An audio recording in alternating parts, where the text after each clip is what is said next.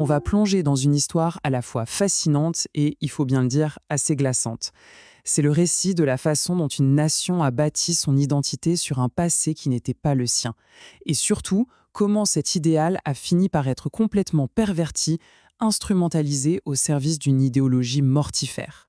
Voilà la question qui va nous servir de fil rouge. Comment un rêve de culture et d'humanisme, a-t-il pu, à ce point, se transformer en un outil de propagande raciale? Pour le comprendre, il faut remonter le temps. Alors, au début du 19e siècle, il faut bien se représenter que l'Allemagne en tant que nation unifiée n'existe tout simplement pas. C'est un puzzle de plus de 300 petits États. Et face à cette fragmentation, les penseurs de l'époque cherchent un ciment, une âme culturelle commune, ce qu'ils appellent la Kultur. Et ils vont la trouver dans un endroit pour le moins inattendu, la Grèce antique. L'homme derrière tout ça, c'est lui, Wilhelm von Humboldt. Imaginez le contexte. La Prusse vient de subir une défaite cuisante face à Napoléon en 1806. Humboldt est alors chargé de tout remettre à plat, de reconstruire le système éducatif. Et sa conviction est profonde. Pour relever le pays, il faut former une nouvelle élite.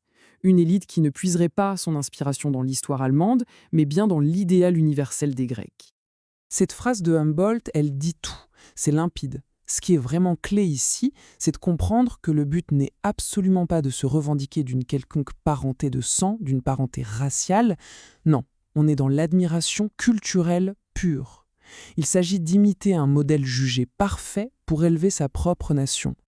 Et cette vision, Humboldt ne se contente pas d'en parler. Il la met en place, concrètement. L'Altertumswissenschaft, la science de l'Antiquité, devient la colonne vertébrale de l'éducation des élites. C'est simple, pour entrer à l'université, il faut obligatoirement passer par ces fameux gymnasiennes et donc maîtriser le grec et le latin. Le philhellénisme, ce n'est plus une simple idée, ça devient une véritable institution d'État qui va modeler des générations de dirigeants. Mais voilà, à la fin du 19e siècle, tout change. L'Allemagne est enfin unifiée en 1871 et avec ça, un nouveau nationalisme émerge. Un nationalisme beaucoup plus fier, plus agressif, un nationalisme qui n'a plus envie d'admirer une culture étrangère, aussi brillante soit-elle. L'Allemagne commence alors à se détourner d'Athènes pour regarder sous ses propres pieds, dans son propre sol. Cette phrase de l'empereur Guillaume II en 1890, c'est un véritable coup de tonnerre. Elle sonne la fin de l'idéal de Humboldt. C'est un rejet officiel, un virage à 180 degrés. Le message est on ne peut plus clair. La priorité, ce n'est plus l'humanisme universel. C'est la construction d'une identité nationale purement germanique. Et face à la figure de Humboldt, une autre se dresse, Gustav Kossinna. Pour lui, la grandeur de l'Allemagne, elle n'est pas dans les temples grecs. Elle est enfouie dans le sol allemand, dans les vestiges de ses propres ancêtres. Il va transformer la préhistoire en une science éminemment nationale, un outil pour prouver la supériorité des Germains. On assiste donc à un basculement idéologique majeur. D'un côté, l'idée d'améliorer sa culture en s'inspirant d'un modèle extérieur. De l'autre, l'obsession de prouver la pureté et la supériorité de sa propre race en creusant son propre passé. L'archéologie change complètement de mission. On ne cherche plus à comprendre l'humanité, on cherche à dessiner des frontières ethniques. Et pour que cette nouvelle vision fonctionne, il fallait un dernier tour de passe-passe. Il fallait réécrire l'histoire des Grecs eux-mêmes. Fini le modèle ancien qui reconnaissait sans problème les influences égyptiennes et du Moyen-Orient, on le remplace par le modèle aryen, une théorie toute neuve qui affirme que la grandeur grecque vient en fait d'envahisseurs racialement purs venus du Nord. Et voilà, les Grecs deviennent, comme les Allemands, une race nordique. La boucle est bouclée. On entre maintenant dans le chapitre le plus sombre de cette histoire, celui où ces nouvelles théories sur la race et la préhistoire vont être adoptées avec un enthousiasme terrifiant par le régime nazi. La science devient alors la servante de l'idéologie.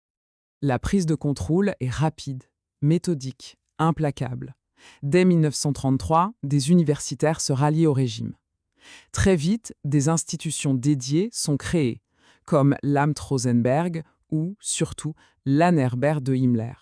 Leur mission, fournir des justifications prétendument scientifiques à l'idéologie nazie. L'archéologie n'est plus une quête de savoir, c'est devenu une machine de propagande. Et pour bien ancrer ce passé fantasmé dans les esprits, la manipulation devient spectaculaire. Les nazis relancent les fouilles à Olympie, qu'ils présentent comme le sanctuaire dorien par excellence, un site pur. Mais le vrai coup de génie de leur propagande, c'est une chose que beaucoup de gens aujourd'hui croient antique. Ils inventent de toutes pièces le relais de la flamme olympique pour les Jeux de Berlin en 1936. C'est une fausse tradition, conçue pour tracer une ligne directe entre la Grèce aryenne et l'Allemagne nazie.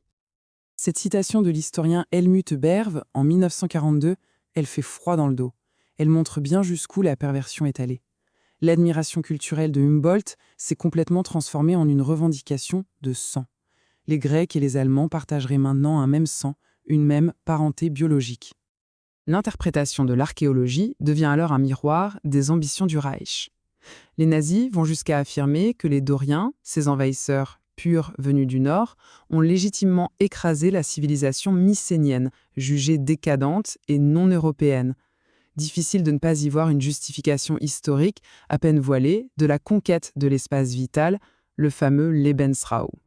Mais attention, cette histoire n'est pas juste une affaire de livres d'histoire.